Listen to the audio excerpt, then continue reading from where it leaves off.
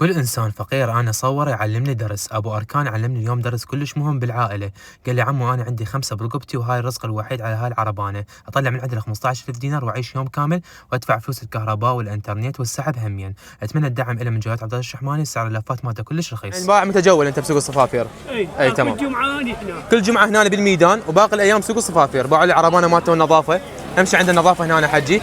اتمنى تقدموا له الدعم من جهات عبد الله الشحماني، تنسون لايك متابعه، بس بعد الهوسه اللي صايره عليه ما شاء الله، الله يوفقه ورزقه يا رب. بهاي العيد المباركة حتطلع لك أطيب صمونة مال لسان ومخ وبيض سليق اللي سعره بس ب1000 دينار وب2000 دينار لسان والمخ. لسان ب 2000 دينار. نعم. تمام البيضة ب1000. تمام.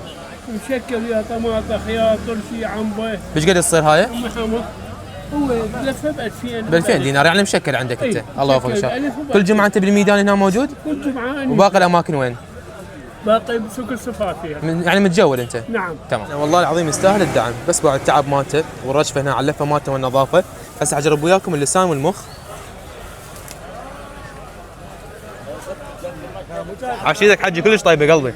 رحم الله والديك، كلش طيبه. الله يوفقك ان شاء الله يا رب. عيون انت، رحم الله والديك. بس بعدها شلون مليانه ملي، كلش طيبه. الله يوفقه ورزقه يا رب من هذا الفيديو.